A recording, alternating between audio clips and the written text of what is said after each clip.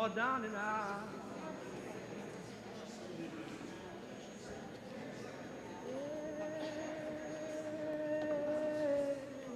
Oh, Lord. Lord, if I ever get back home, I never do wrong. Well, if I didn't just make it home, I won't do wrong no more.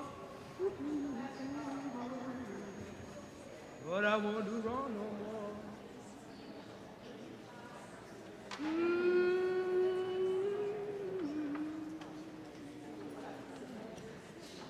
Lord, I left me willing to baby, courthouse crying, Daddy, please don't go. Lord, I'll be back home. Well, Lord, I'll be home one day for long. Oh, just wait for me.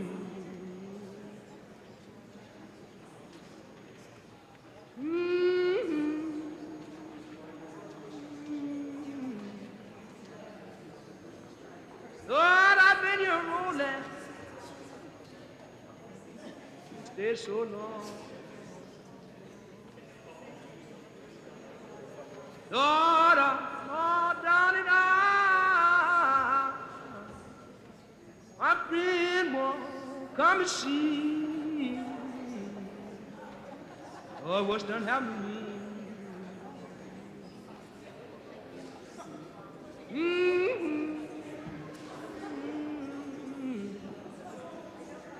Lord, if I'd have listened to what my dear old mother said, yeah, boy, she's dead and gone. Lord, oh, she's dead and gone. What I'm gonna do now?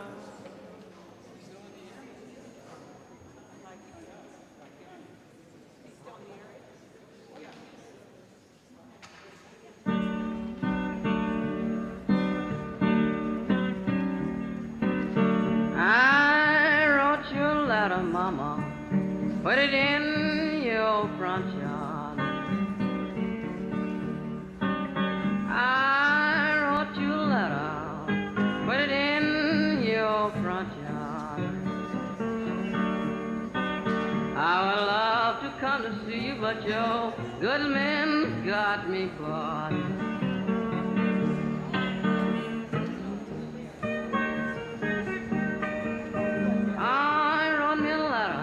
To come back to Newport News. You wrote me a letter, Mama, come back to Newport News. To leave the town and don't spread the news.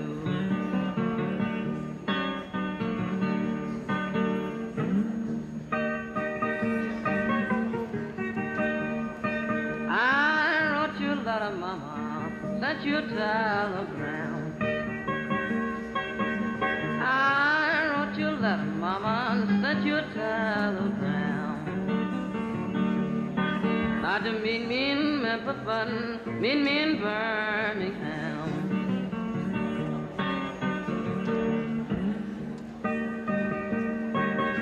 Oh, yeah, my weeping mama.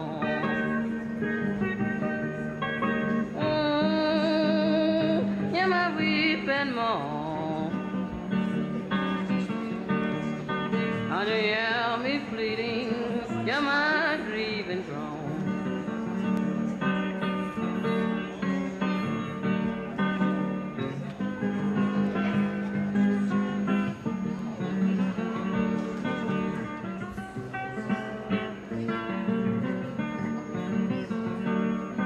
Now I could get me one more drag of booze.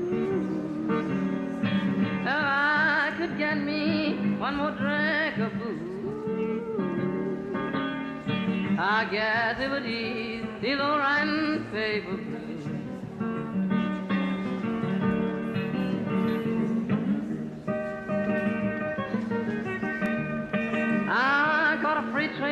better than my mama caught a partner behind. On a freight train, better than my mama caught a partner behind. Oh, you can't quit me, Papa, there's no need in trying.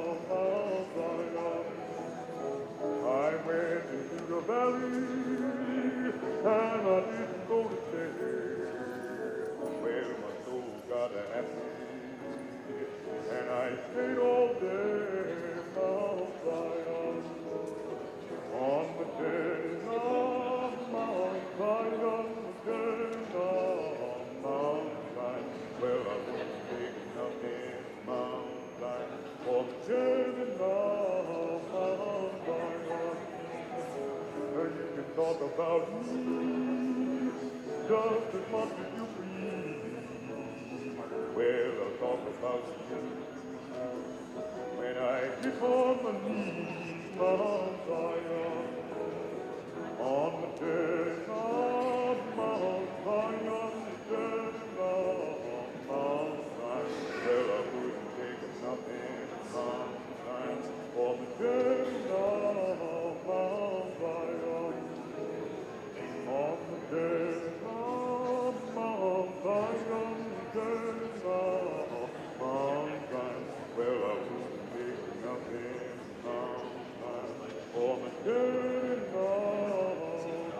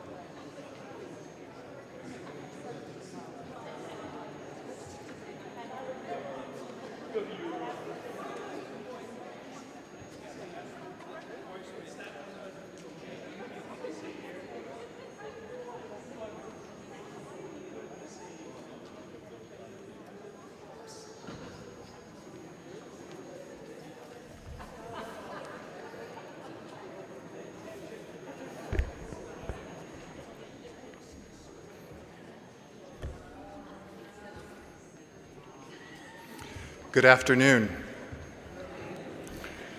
My name is Ed Moore. I am the music director and organist here at East Liberty Presbyterian Church.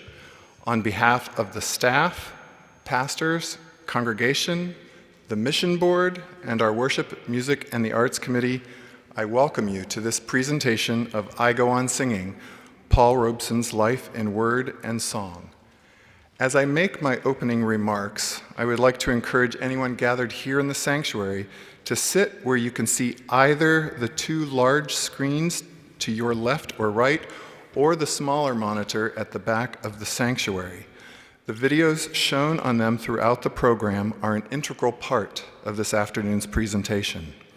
For those watching at home, you have a great view of the videos from your living room. A special thanks goes out to Wayne Gaines, Tim Benedict, and Matt Stuft for their work this afternoon with the audio and visual components. As you came in, I hope you picked up a copy of the printed program at one of the doors. This program gives background information on the music and Paul Robeson's life and about our performers. Also included are dates of more concerts coming up this spring. Please know you are always welcome here for concerts, worship services, or other programs. For those watching online, the link for the online version of the program is included in the description and the comments. There will not be a formal intermission this afternoon, but there will be a chance to stretch your legs briefly when we take up the free will offering later on between two of the songs. Tony Brown has been attending ELPC for several years now and has shared his gifts in worship. I Go On Singing has been presented to audiences around the country, and it is a joy to welcome him here today to share this moving program with all of us. With baritone Anthony Brown, pianist Phillip De Luna, and narrator Scott Holland, I give you I Go On Singing, Paul Robeson's Life in Word and Song.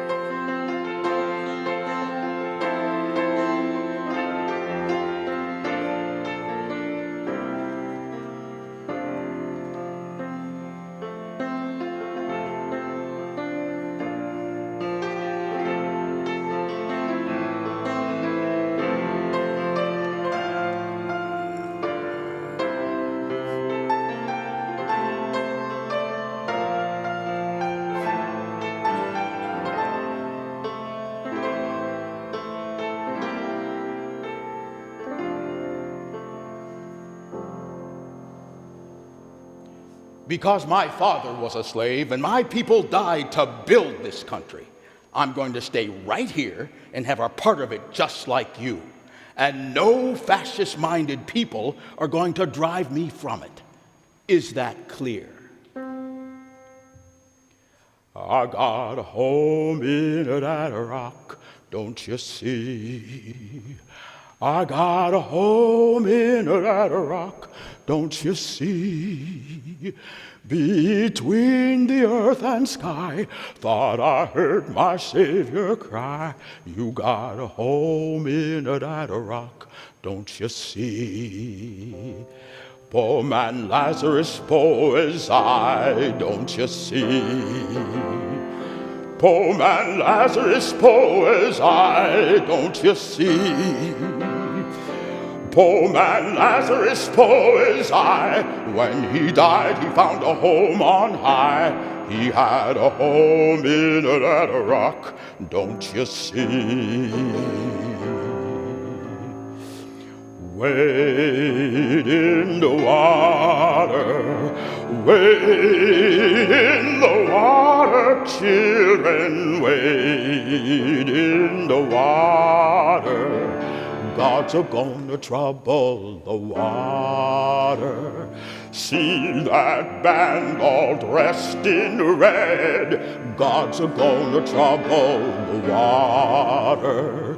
It looks like the band that Moses led. God's a-gonna trouble the water. Wade in the water, wade in the water, children, wade in the water. God's a-gonna trouble. Everybody wade in the water, wade in the water, children, wade in the water. God's a-gonna trouble the water.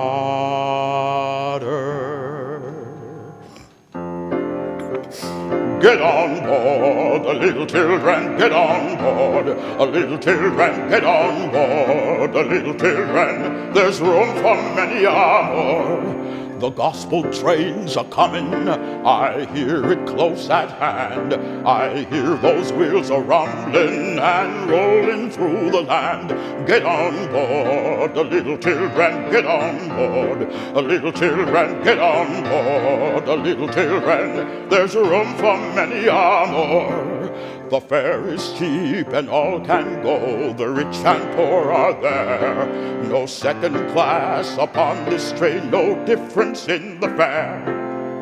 Travel and freedom are inseparable in the enslaved African psyche. The Underground Railroad is a prime example of this and was the first human rights organization in the United States. Paul's father was a passenger twice on the Underground Railroad. This well-organized, clandestine operation set thousands of people free. Get on board, little children, get on board. Little children, get on board. Little children, there's room for many more.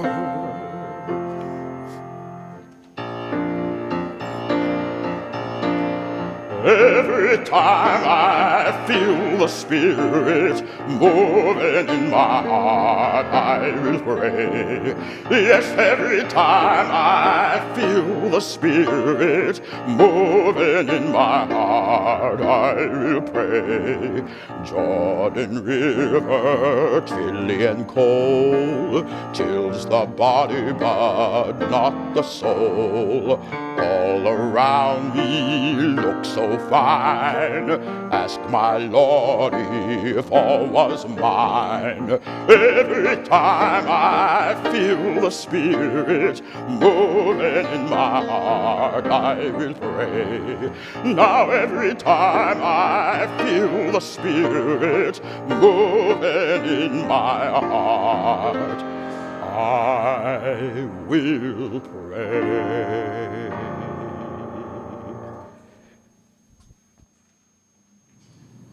I'm actually very glad that you want to talk about that extraordinary man, Paul Robeson.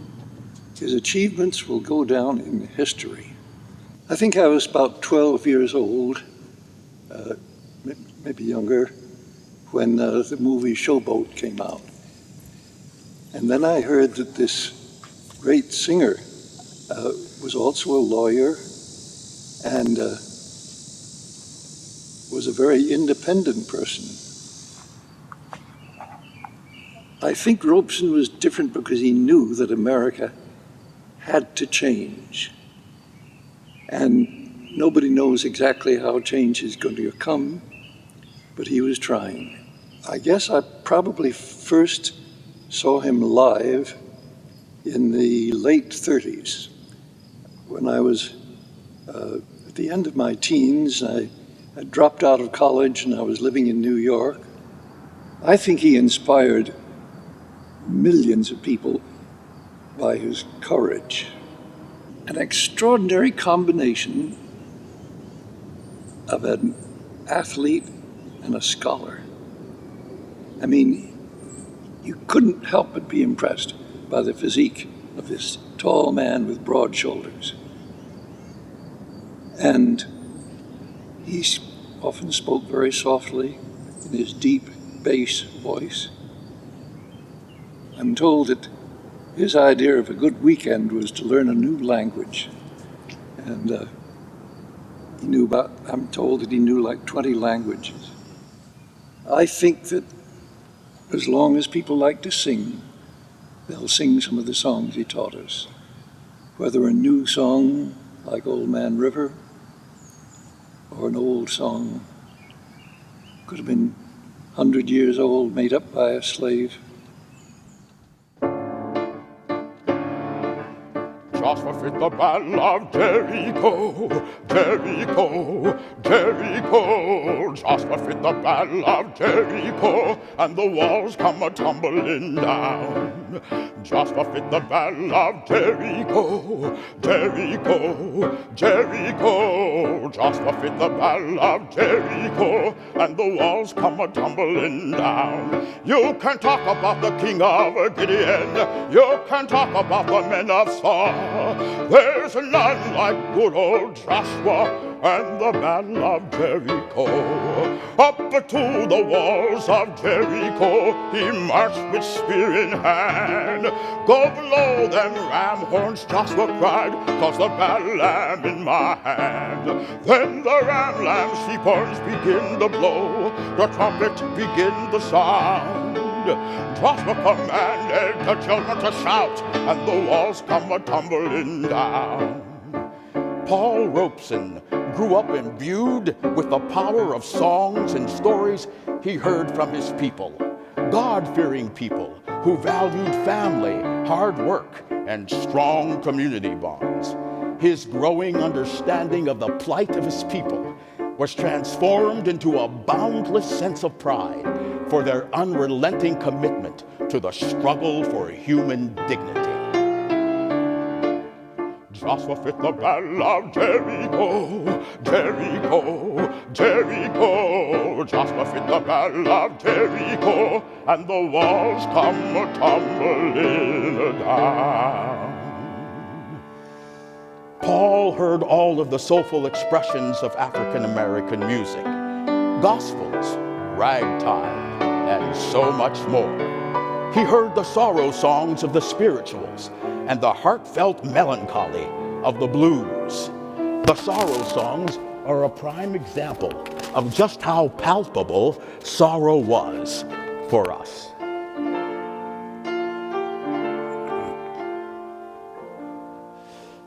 Sometimes I feel like a motherless child. Sometimes I feel like a motherless child. Sometimes I feel like a motherless child. A long ways from home, a long ways from home. Come, my brother, a long ways from home, a long ways from home. Sometimes I feel like I'm almost gone. Sometimes I feel like I'm almost gone. Sometimes I feel like I'm almost gone. A long ways from home. A long ways from home. Come, my brother, a long ways from home, a long ways from home. It was the hard-working poor of his community who taught him about compassion, forgiveness, and the centuries-old struggle for human rights. They were his heroes, his kin, and from them he would learn their full array of plantation songs, laughing uproariously at the playful nature of his people, despite the daily difficulties they encountered. Put on the skillet, put on the lid. Man is gonna bake a little shortening bread. That ain't all she's gonna do. Man is gonna bake a little coffee too. Mammy's little baby loves shortening short. Mammy's little baby loves shortening bread. Mammy's little baby loves shortening short. Mammy's little baby loves shortening bread. 3 little children lying in bed. 2 were sick and the other most dead. Sent for the doctor. The doctor said, feed those children on shortening bread. Mammy's little baby loves shortening short. Baby loves shortening bread. Mammy's little baby loves shortening short. Mammy's little baby loves shortening bread.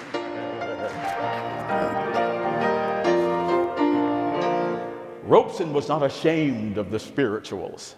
He thought of them as an authentic expression of the soul of his people. I'm not ashamed of them either. I sing them around the world, and I've seen how they connect people to each other in mixed settings. The enthusiastic response I received in Bosnia was remarkable and unforgettable when Serbs and Croats, Muslims, Christians, and Jews heard the spirituals and erupted, standing together and applauding as one. This music lifts us to a transcendent level of consciousness. In 1925, in a theater in Greenwich Village, Paul Robeson and his accompanist, Lawrence Brown, made musical history, playing the first ever solo concert of Negro spirituals.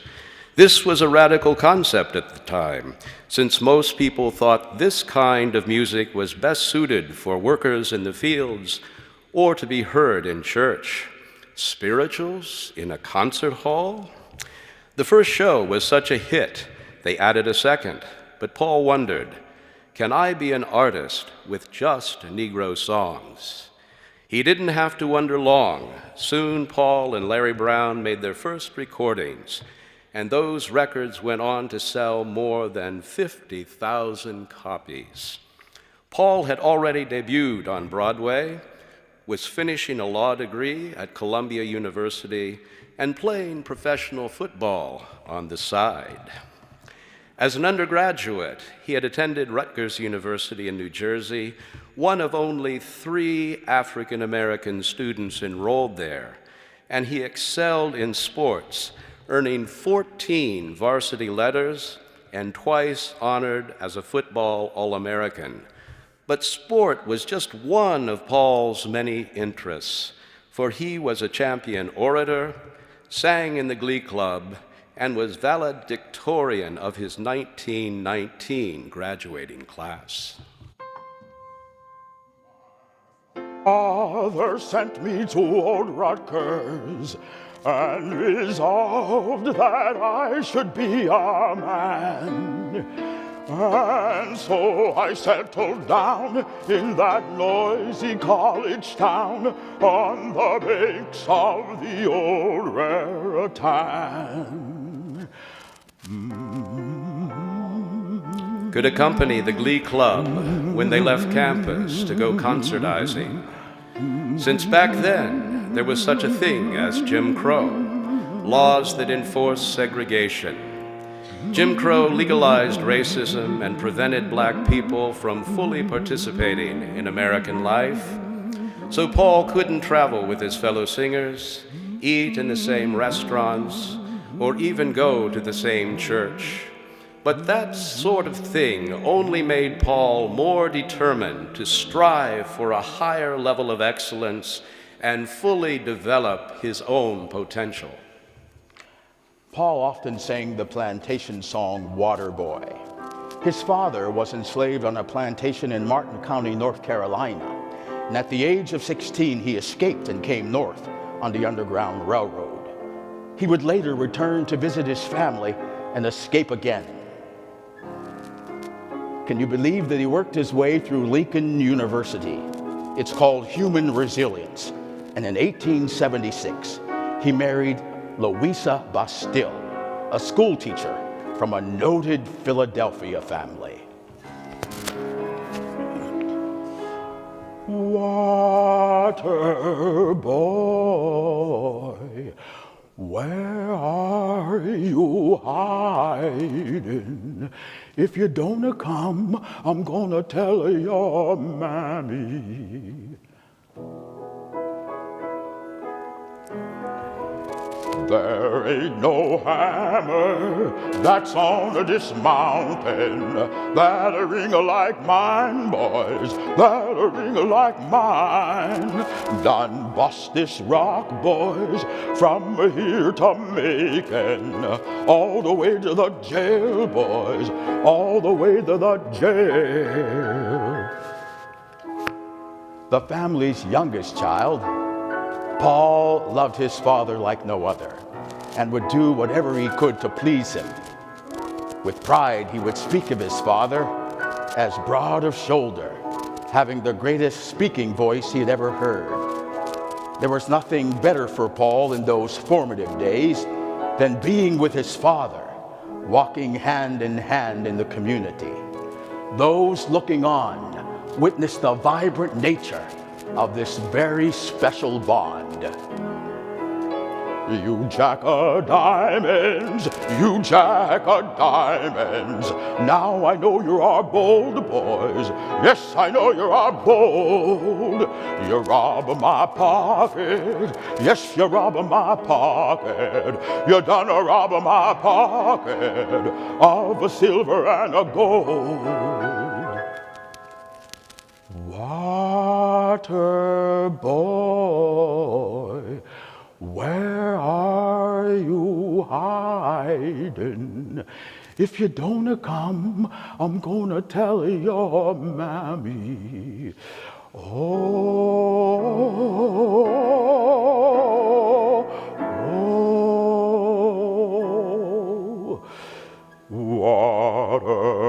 boy.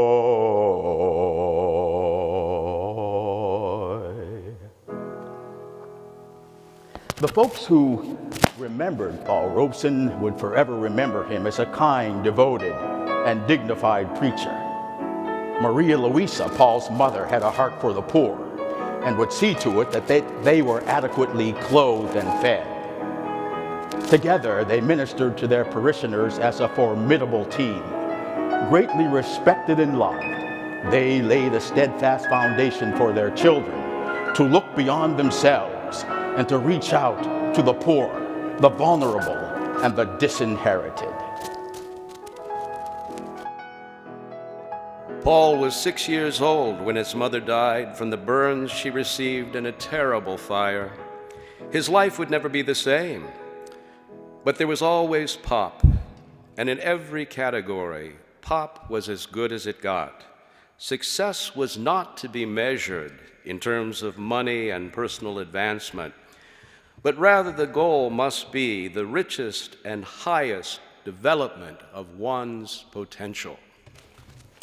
Pop always pushed Paul to excel beyond his own expectations. A B on his report card was not acceptable. Amazingly, Paul made tremendous personal and cultural strides even during the period of Jim Crow. But it wasn't easy. He met resistance from some of his peers, his school teachers and school administrators. Nevertheless, even today, by today's standards, few have excelled in so many fields and accomplished so much.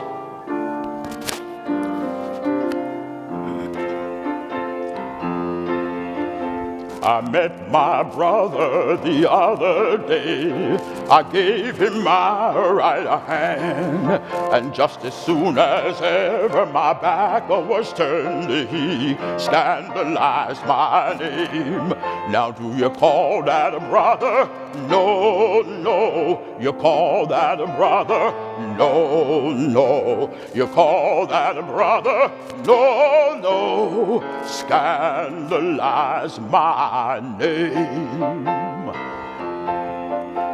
I met my sister the other day. I gave her my right hand, and just as soon as ever my back was turned, she too scandalized my name. Now do you call that a sister? No, no. You call that a sister? You call that a sister? No, no, scandalize my name. After Rutgers, Paul went to New York City. It was the time of the Harlem Renaissance, where uptown Manhattan was the creative center for artists of all kinds. It was the jazz age. The blues had left the farm for the big city, and Paul found himself in the middle of it all. Style, elegance, sophistication, urbanity, cool. That was Harlem in the day. By 1921, things were really picking up steam for Paul. He married Eslanda Cardozo Good, Essie for short, a beautiful and brilliant woman he'd met at Columbia. And the following year, they were off to England, where Paul was to star in a play.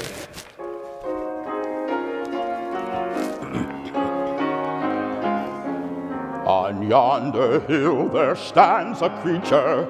Who she is I do not know. I'll go and court her for her beauty. She must answer yes or no. Oh, no, John, no, John, no, John, no. My father was a Spanish captain, went to sea a month ago. First he kissed me, then he left me, bid me always answer no. Oh, no, John, no, John, no, John, no. Madam, in your face is beauty, on your lips red roses grow. Will you take me for your lover? Madam, answer yes or no. Oh, no, John, no, John, no, John, no. Madam, I will give you jewels, I will make you rich and free, I will buy you silken dresses, Madam, will you marry me? Oh, no, John, no, John, no, John, no. Madam, since you are so cruel, and that you do scorn me so, if I may not be your lover, Madam, will you let me go? Oh, no, John, no, John, no, John, no. Then I will stay with you forever if you will not be unkind. Madam, I have vowed to love you. Would you have me change my mind? Oh, no, John, no, John, no, John, no. Hark, I hear the church bells ringing. Will you come and be my wife? Or, dear madam, have you settled to live single all your life? Oh, no, John, no, John, no, John, no.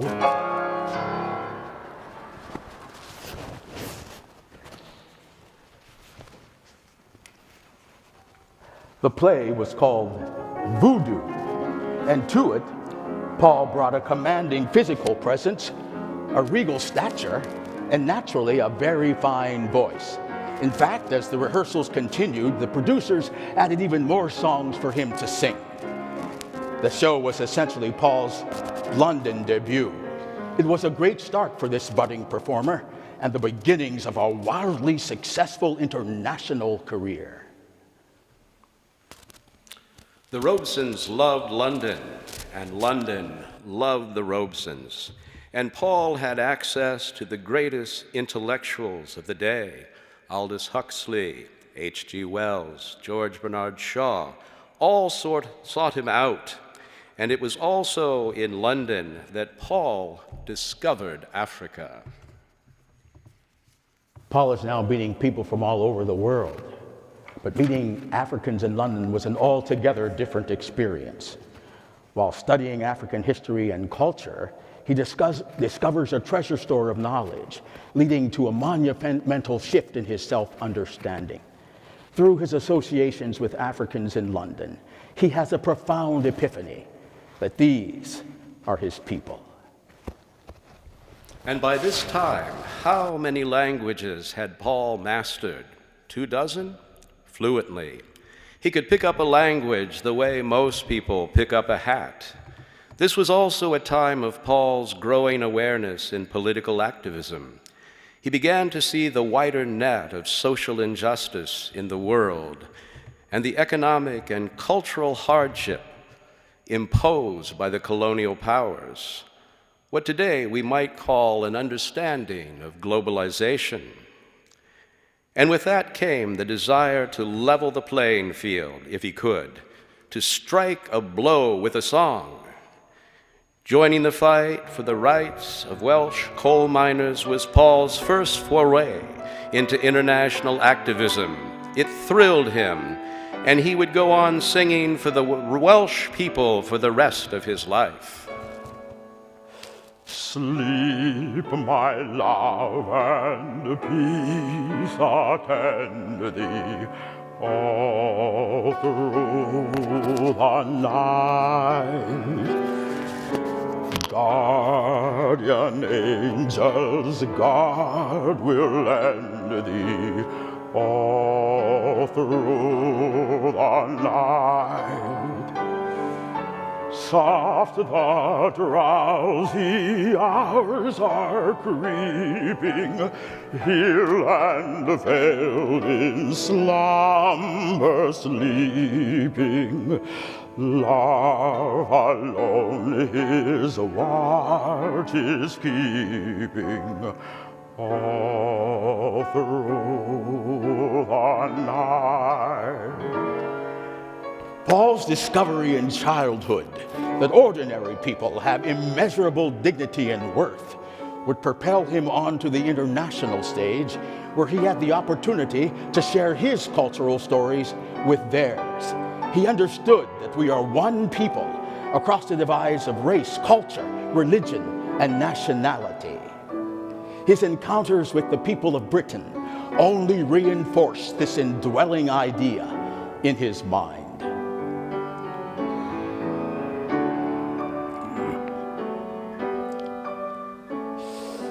Hark, the solemn bell is ringing clear through the night. Thou, my love, art heavenward winging home through the night. Earthly dust from off thee shaken, soul immortal, thou shalt waken. With the last dim journey taken home through the night. He was astonished by the fact that when he sang his American songs in different parts of the world, that the people wept or rejoiced, relating to the music in a very profound way. He found that the themes of work, suffering, and love unite us as one. This idea would be a driving force in his life. And on this side of the Atlantic in 1930, Paul's popularity was going mainstream, for he was one of the best known and most successful entertainers in the world. His concerts were selling out, his records were consistently on the top 10, and he was appearing with great acclaim on Broadway in the plays of Eugene O'Neill and William Shakespeare. His Othello was called an artistic and cultural triumph. 2 years later, at the age of 34, Paul opened on Broadway in the revival of Showboat, and from that moment on, Old Man River would forever be his. Reviews were through the roof. The author of the novel, Edna Ferber, wrote after opening night, "I have never seen an ovation like that given any figure of the stage, concert hall, or opera. The audience stood and howled. They applauded and shouted and stamped. Since then, I have seen it exceeded but once. That was a few minutes later when Robeson finished singing Old Man River. The show stopped. He sang it again. The show stopped."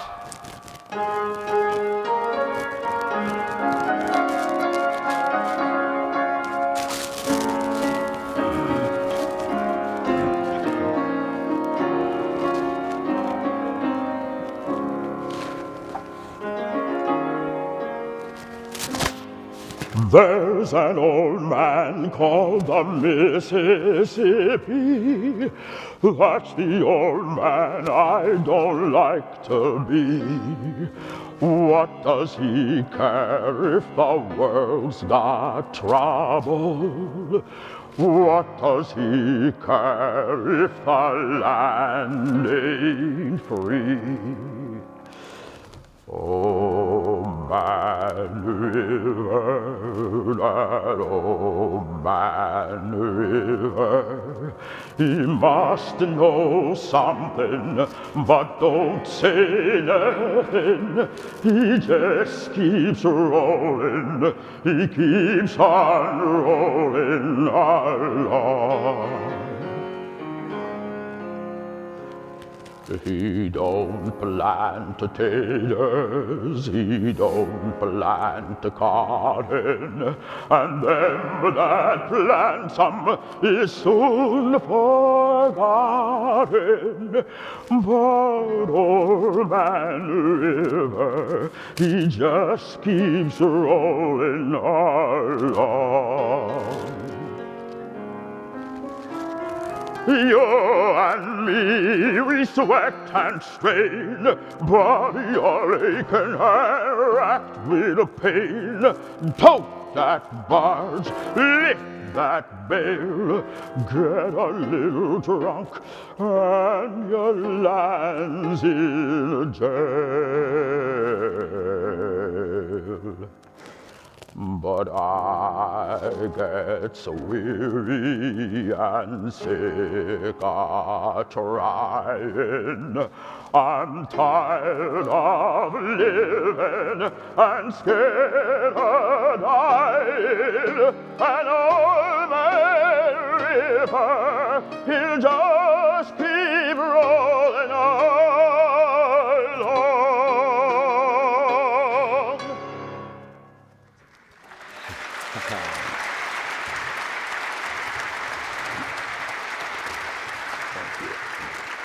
And now let's hear the way Paul changed the end of the song to put his own personal stamp upon it.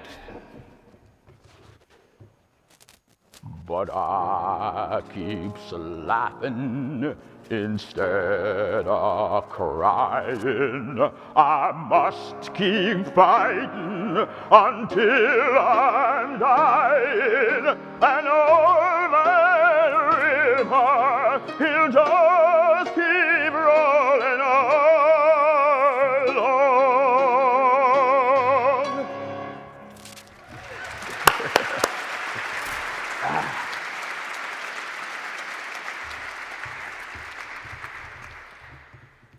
But as Paul's star rose, the specter of war and evil was spreading in Europe. Fascism was on the rise in Italy and Spain, and Hitler was coming to power in Germany. The sound of marching jackboots drowned out the songs of peace and brotherhood. Paul saw the birth of the Soviet Union as something hopeful, a new force in the world that would oppose fascism. Only a dozen years before, the people of that vast land had risen up and deposed the Tsar. The system of serfdom and feudal slavery was over. It had been a stunning victory, and a new social experiment was underway. Paul's idealism was perfectly suited for the Soviet's constitution that stated the equality of all citizens of the USSR, irrespective of their nationality or race, in all fields of economic, state, cultural, social, and political life. In 1934, he and Larry Brown traveled to Russia for the first time. Yo-heave-ho, yo-heave-ho, for once more, yes, for once more. Hey-yo-yam, hey-yo-yam, yes-o-razik, yes-o-daraz. Razaviomi bieliazu, razaviomi kodriabu. Ay da da, ay da, ay da da, ay da, razaviomi kodriabu. Instant success everywhere they went. Paul also learned many new songs he added to his repertoire. He sang at the Bolshoi Opera, sold out, you couldn't get a ticket. The 2-week visit changed his life. He made a visceral connection with Russia. He found that the music of Russia was similar to the music of his people. There was a deep melancholy about it with a hint of mysticism. It was also in Russia that he felt like a full human being for the very first time in his life. Ay da da, ay da, ay da da, ay da, Chiakari Globaka.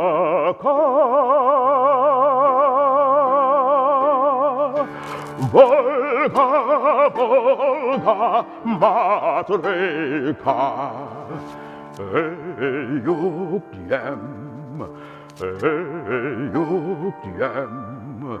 Yeshor razik, jeszcze raz.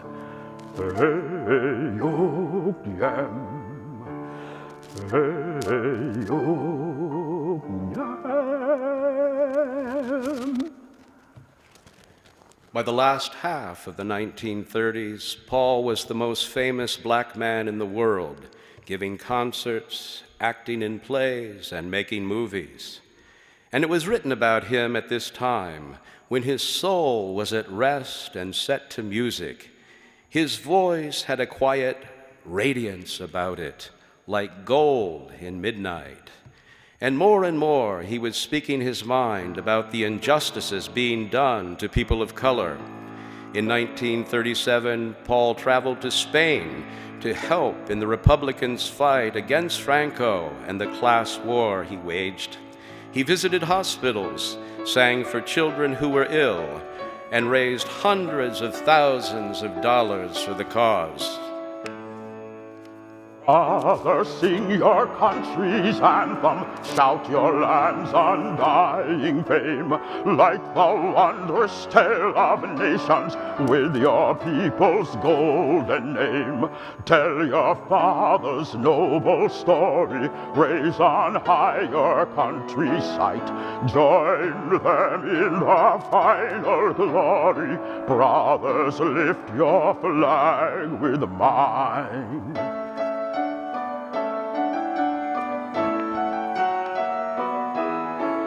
Freude, schöne Güte, Funken, Tochter aus Elysium. Wir betrinken Feuer trunken, himmlische dein Heiligtum. Deine Zauberbänden wieder, was die Morastränke teilt. Aller Menschen werden Bruder, wo dein sanfter Flügel weilt.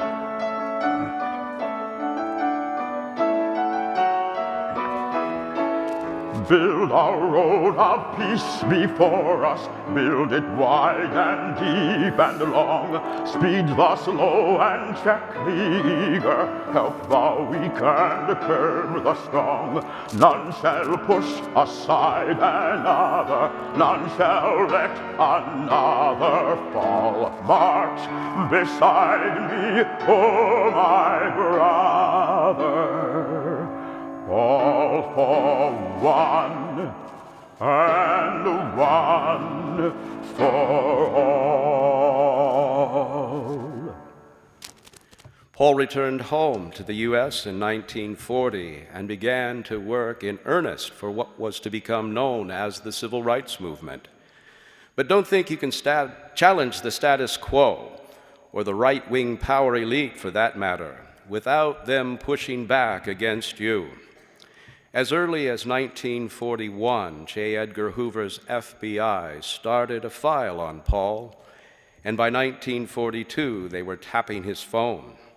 It didn't matter that he was helping sell millions of dollars worth of war bonds, or that he was a patriotic supporter of the Allies. No, there were politics at stake, and plenty of fear-mongering to go around. And God forbid that anyone get in the way of that, especially not a brilliant black man by the name of Paul Robeson.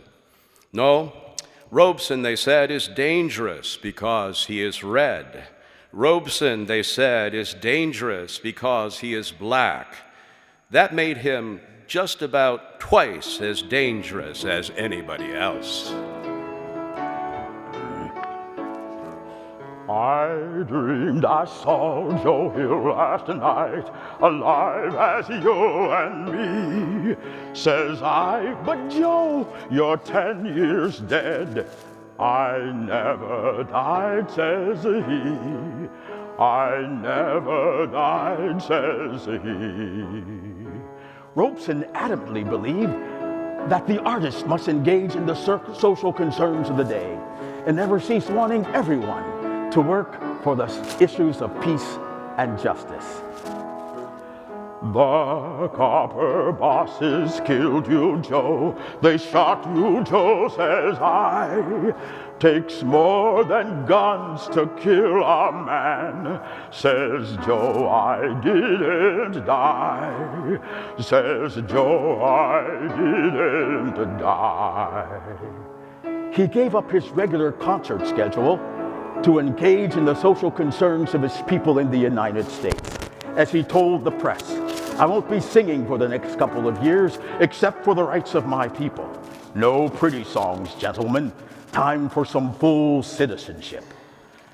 And standing there as big as life and smiling with his eyes, says Joe, what they could never kill went on to organize, went on to organize. He met with President Harry Truman to encourage him to take action against lynchings in the United States. He marched with American workers for better working conditions, and he sang in events to raise money for progressive organizations. From San Diego up till Maine, in every mine and mill, where working men defend their rights, that's where you'll find Joe Hill. That's where you'll find Joe Hill. Much more than an entertainer with a big booming voice, he used music to advance social change, uplifting the most marginalized and with people all around the world. He inspires us today to use whatever gifts we have to elevate the concerns of the common people. I dreamed I saw Joe Hill last night, alive as you and me. Says I, but Joe, you're 10 years dead. I never died, says he. I never died, says he. I never died, says he.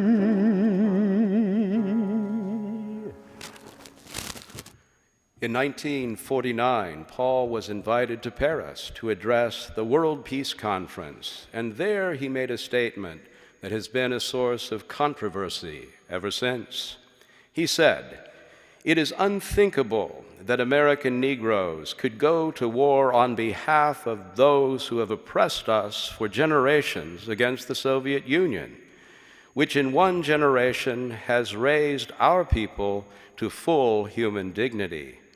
Misquoted in the American press as American Negroes would not defend their country, the words he did not say were labeled as treason. Also that year in Peekskill, New York, he appeared at an outdoor concert with a young Pete Seeger. He did me the honor of asking if I would sing a few songs at the beginning of a concert in Peekskill, New York. The concert was originally scheduled for August 27th in the evening. It seems that there was a Unitarian couple at a farm near Peekskill, and he had sung on that farm for 200 people 2 years earlier, and then 1 year earlier he sang for 500 people there. And the third year they said, our little farm hasn't enough space for all the people who want to come. We rented a field about 1.5 miles from Peekskill, and rented 1,000 chairs and rented a stage which can be bolted together and a public address system. And during the afternoon of August 27th, Howard Fast, the great writer, and a committee of 10 or 15 people were setting up the chairs and bolting together the stage and so on, when in came a mob and attacked them. They fought off the mob for a while, but then the mob increased in size. They retreated to the stage and were there singing, "We Shall Not Be Moved." But the mob simply made a big pile of all the chairs and set them on fire. So there was a huge bonfire there. And now the mob advanced on the stage. All of a sudden, there was a policeman watching the whole thing, and he hadn't stopped anything. But now he realized people were going to be killed, and I guess he probably realized he'd be in court. What were you doing? And so he says, everybody go home. Everybody go home. And Howard Fast and the committee were lucky to get away with their lives. And the crowd went home. Well, now, Robeson got on the air. And he said, it's America. I've got a right to sing. I'm going to sing. Well, the concert did take place. And I think 3 men stood in back of Robeson and a couple on each side so that he couldn't be hit by a sharpshooter from the woods. And we all sat on the ground. We didn't have chairs now. Must have been a huge crowd with all this publicity. There are like 10 or 15, some say 20,000 people. And I and my family weren't in a hurry to go home, so we let most of the crowd leave. But I remember when we got up to the gate, I saw some glass in the road, and I said, uh-oh, be prepared to duck. Somebody may throw a stone. That was the understatement of the year for me. Around the corner was a pile of stones, each about the size of a tennis ball, and a young man throwing them with all his force at every car that went by. And around the next corner was another pile of stones on the other side of the street, and another young fellow. Wham! We were driving a Jeep station wagon, 3 windows on each side and a split windshield. Every single one of those windows was broken at least once or twice or more. So I think there must have been 10 or 15 no more piles of stones. And only about 40 or 50 feet beyond the fellow throwing stones was a policeman standing. And I jammed on the brake and tried to roll the window down. It was so splintered I only got about an inch down. And I shouted, "Officer, aren't you going to do something?" Here, stone after stone was being thrown. And the officer said, "Move on, move on." Knew all about it. Well, we were lucky to get out alive, I guess. However, within the past few months, I came to an idea which you might be interested in. You know, when you're inoculated against a disease, you get a small case of that disease, and the body manages to figure out how to handle it, and now your body does not get the disease. In a sense, that's what Peekskill was for the United States of America.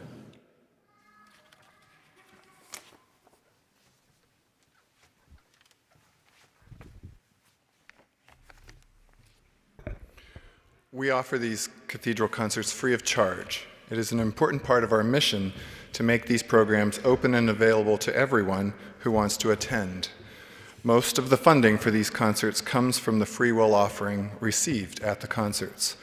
100% of what is collected today goes directly towards the expenses of this concert and these fine musicians, narrators, and professionals. As the ushers come forward, please consider contributing to this free will offering so that we can continue to make the cathedral concerts free and accessible to everyone. Included in your program is a website link and QR code where you can contribute using a credit card. For those watching online, the link is in the description and captions. Thank you for your generosity. Feel free to stretch your legs briefly after the ushers come past. When you hear Philip resume playing at the piano, the program will continue. Thank you very much.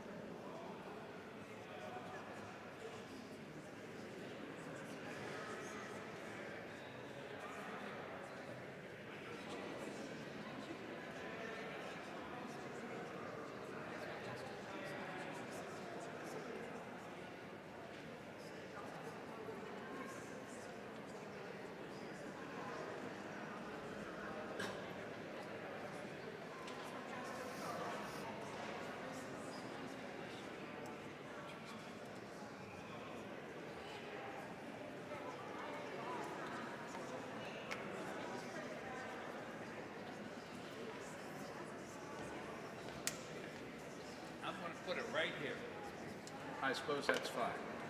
That way it's visible. Good.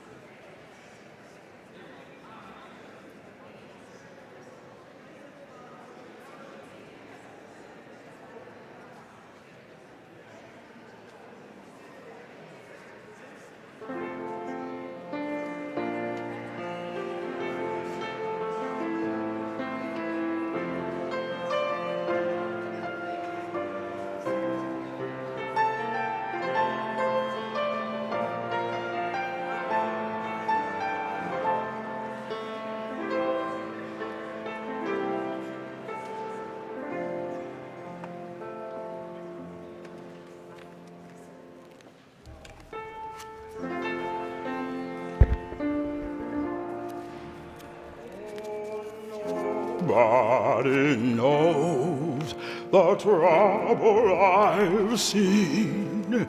Nobody knows my sorrow. Nobody knows the trouble I've seen. Glory, hallelujah. Sometimes I'm up, sometimes I'm down. Oh, yes, Lord. Sometimes I'm almost to the ground. Oh, yes, Lord. Within a year, 1950, his passport was revoked, and for 8 years he was denied the right to travel between the FBI and Senator Joseph McCarthy's publicity-driven witch hunts. Robeson was at risk from all sides, racially as well as politically.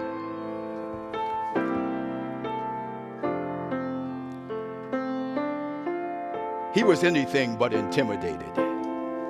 He continued to speak out.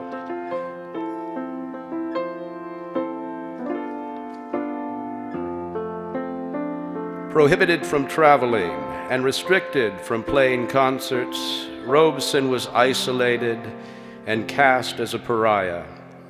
Even the American people who loved him so much had turned their backs upon him.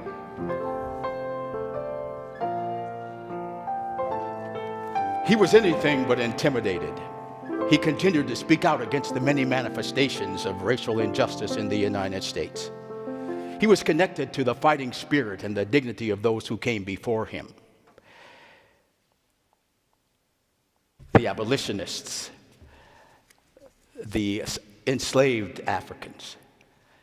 He fought hard, and he never gave in, and he never gave up.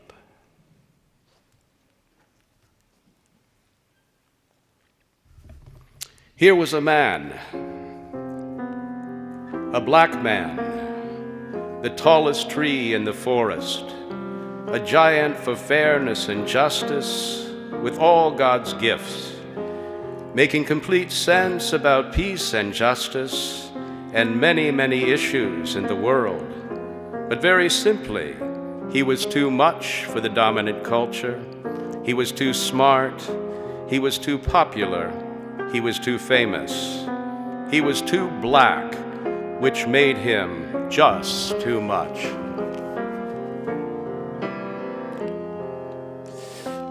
When Israel was in Egypt's land, let my people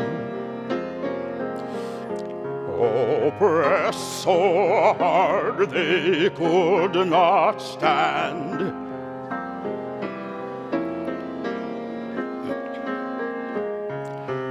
Go down, Moses, way down in Egypt's land, tell old Pharaoh to let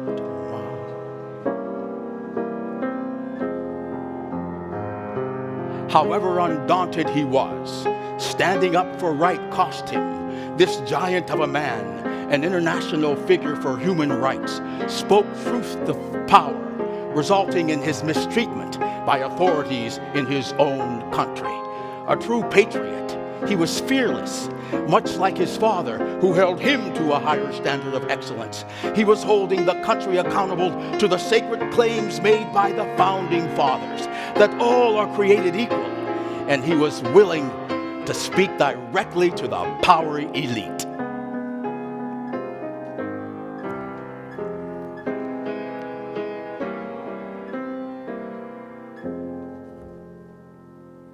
Even Jackie Robinson, the first black Major League Baseball player, was asked to testify against Robeson before the House Un-American Un-Activities Committee. In the full glare of a staged media circus, he criticized Robeson's comments from Paris. Robinson would later regret having done this, but he feared for his career. And when it was done, yeah, it was done. Steal away, steal away, steal away to Jesus.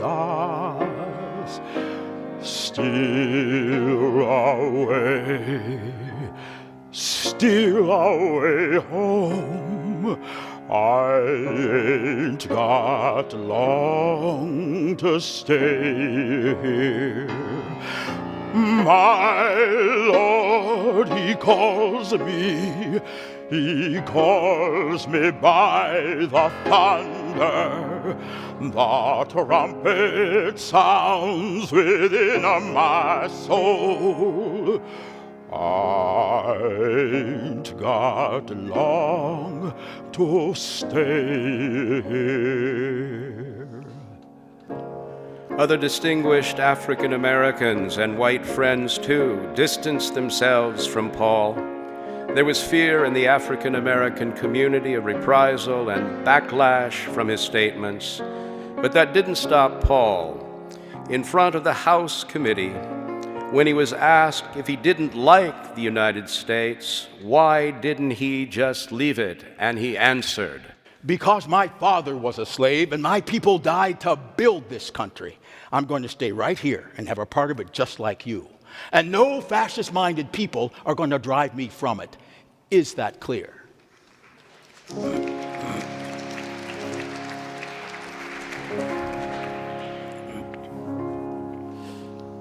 Deep river, my home is over Jordan. Deep river, Lord, I wanna cross over into campground. Dark years for Robeson, and his refusal to publicly demonize the Soviets cost him dearly. Letters and telegrams poured in from every continent expressing dismay that he had been stripped of his freedoms. And while he was criticized here at home, he was a hero everywhere else. His music was an inspiration to people around the world. Oh, don't you want to go to that gospel feast, that promised land, where all is peace? Oh, deep river, Lord, I wanna cross over into campground. But 8 long years did pass. He never gave up and he never gave in. And by 1958, he got his passport back and did return to the concert stage. His first stop was Carnegie Hall, where he did 2 shows, sold out in a matter of hours, with 1,000 people turned away. Everywhere he went, the marquees read, "Sold out, sold out, sold out." But let's face it, by now, Paul was 60 years old. Repeat after me. It ain't necessarily so.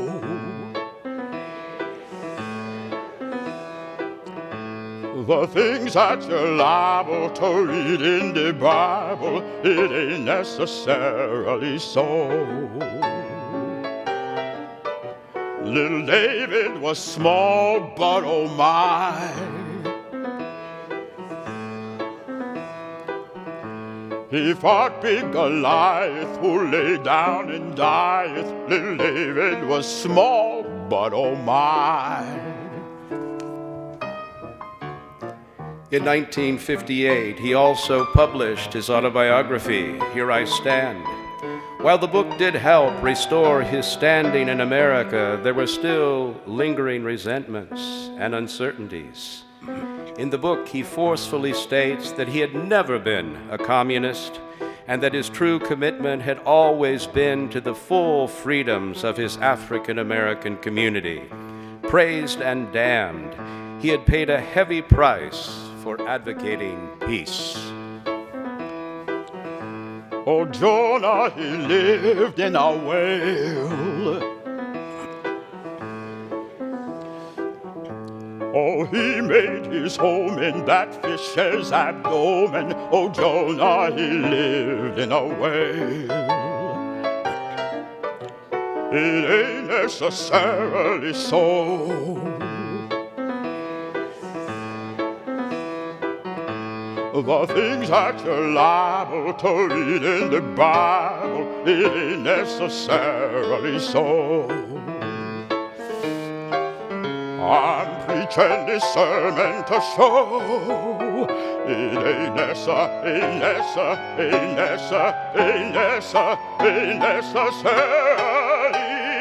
so.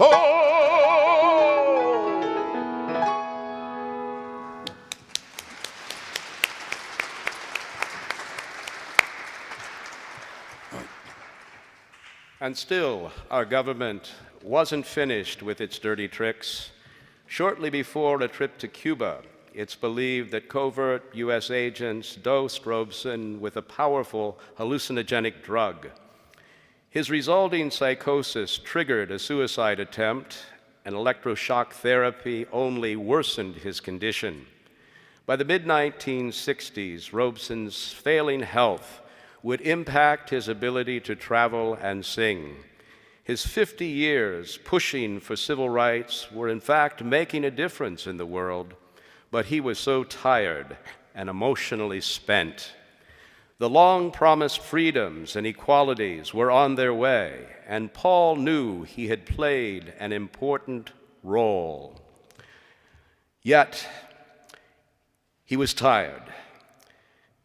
He said, "Pop would have been proud."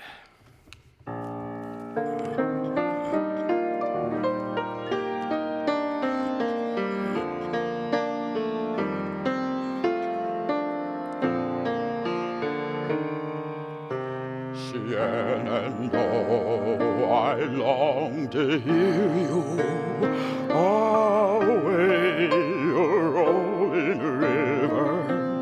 Oh, Shenandoah, I long to hear you away. I'm bound to go across the wide Missouri. 7 long years since last I see thee away your rolling river. 'Tis 7 long years since last I see thee away. I'm bound to go across the wide Missouri. The death of Essie in 1965 was a severe blow, and to be near family, he moved in with his sister in Philadelphia. For his last 10 years, he lived quietly out of the spotlight.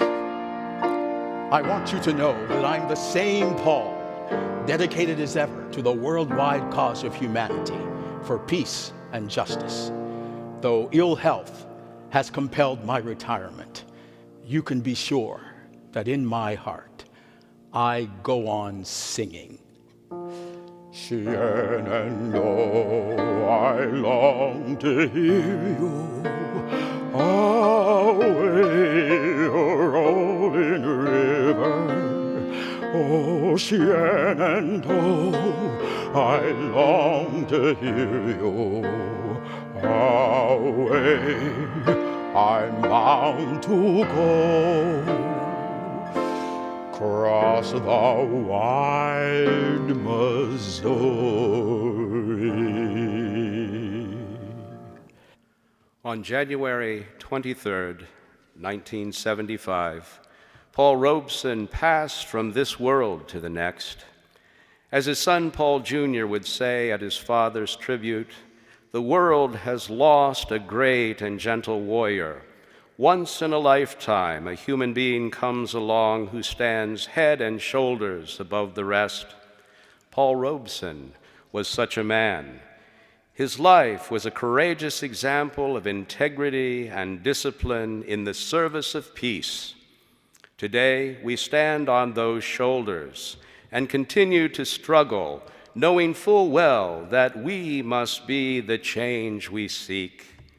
We are the warriors now who must speak out and fight against injustice and be the advocates for peace. What Paul Robeson understood was that we are one people with everything in common. His gift was to use music to help us connect. And he has given us this gift so that we might go on singing.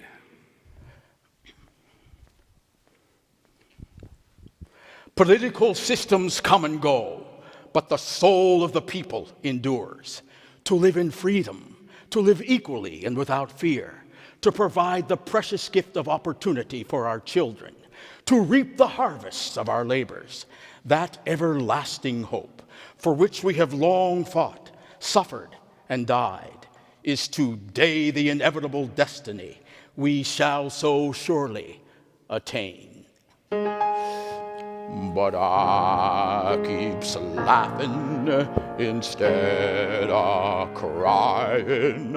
I must keep fighting until I'm dying. And all men her